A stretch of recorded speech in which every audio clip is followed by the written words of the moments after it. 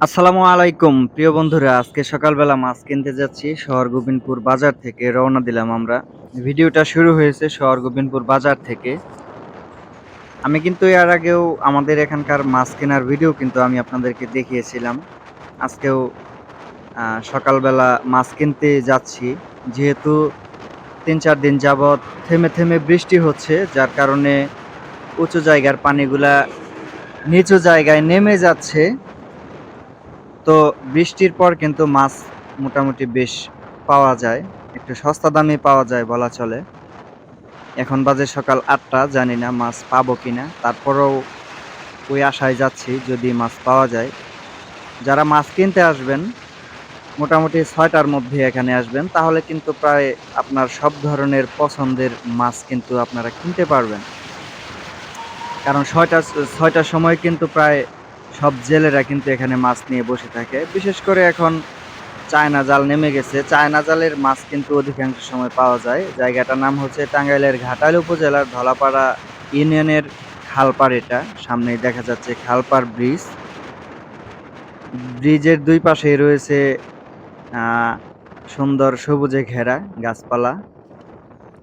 ফসলি জমির মাঝখান দিয়ে বয়ে যাওয়া গ্রামগঞ্জের এরকম একটা রাস্তা সত্যি অসাধারণ। আজকে তো একেবারেই মানুষ দেখা যাচ্ছে না। তারপরেও তো আশা করে আসলাম। দেখি একটা ভ্যান দেখা যাচ্ছে। আরো দু একজন মানুষ এখানে দেখা যাচ্ছে, মনে হয় মাছ নিয়ে বসে আছে।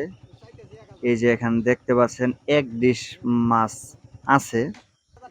এগুলোর দাম আসলে কেমন আমরা একটু যাচাই বাছাই করি, দেখি কেমন দাম চাওয়া হয়।